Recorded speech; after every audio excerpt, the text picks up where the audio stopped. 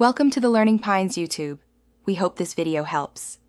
In this video, I will explain how to connect a printer to a laptop with Wi-Fi.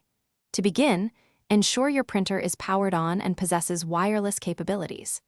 Position your printer within a reasonable distance of your Wi-Fi router, ideally within 30 feet, for optimal signal strength. Finally, confirm that your laptop is actively connected to the very same Wi-Fi network you intend to use for your printer. These initial checks are crucial for a smooth setup process.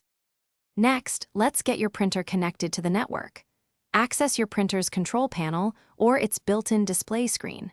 Navigate through the menus to find the network settings or a dedicated Wi-Fi setup option. From the list of available networks, select your home Wi-Fi network. You will then be prompted to enter your Wi-Fi password or security key. Carefully input this information to establish the connection. Now, we'll add the printer to your laptop. On your laptop, open the Settings application and proceed to the Bluetooth and Devices section, then select Printers and Scanners. Click on Add a Printer or Scanner and allow your laptop a moment to detect the newly connected printer.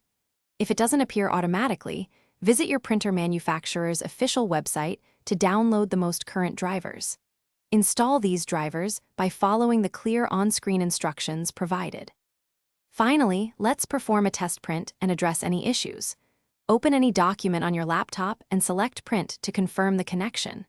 If your printer isn't responding, try restarting both your printer and your laptop. Double-check that both devices are indeed connected to the exact same Wi-Fi network. For more specific problems, consult your printer's user manual or the manufacturer's support website for detailed troubleshooting guidance. You'll be printing wirelessly in no time. Thanks for watching. Consider subscribing if we helped you.